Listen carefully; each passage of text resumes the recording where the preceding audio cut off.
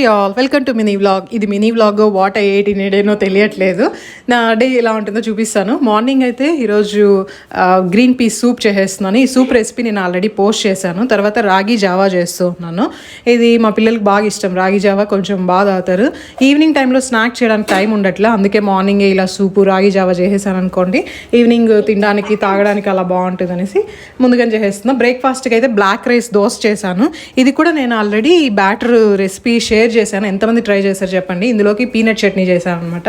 ఈ రెండింటి కాంబినేషన్ చాలా బాగుంది. కోకోనట్ చట్నీతో కూడా బాగుంటుంది.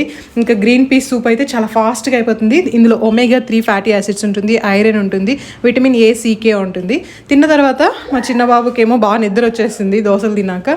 ఇంకా సైరస్ ఏమో కూర్చొని షేప్స్ సార్ట్ చేస్తూ ఉన్నారనమాట. ఇది చాలా మంచి క్వాలిటీ ఉంది, అంటే చాలా స్ట్రాంగ్గా ఉంది. ఇంకా లంచ్కి రైస్, కొంచెం ఆకుపప్పు, దొండకాయ ఫ్రై, కాకరకాయతో కొద్దిగా కూర, టమాటా వేసి అలా చేసేసాను అనమాట.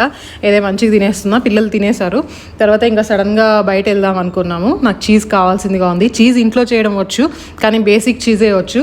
ఈ apple wood smoked cheese, double Gloucester cheese ఇవి రాదనమాట. ఇంకా వస్తూ సోర్డ్ చీజ్ బ్రెడ్ తెచ్చుకున్నాం.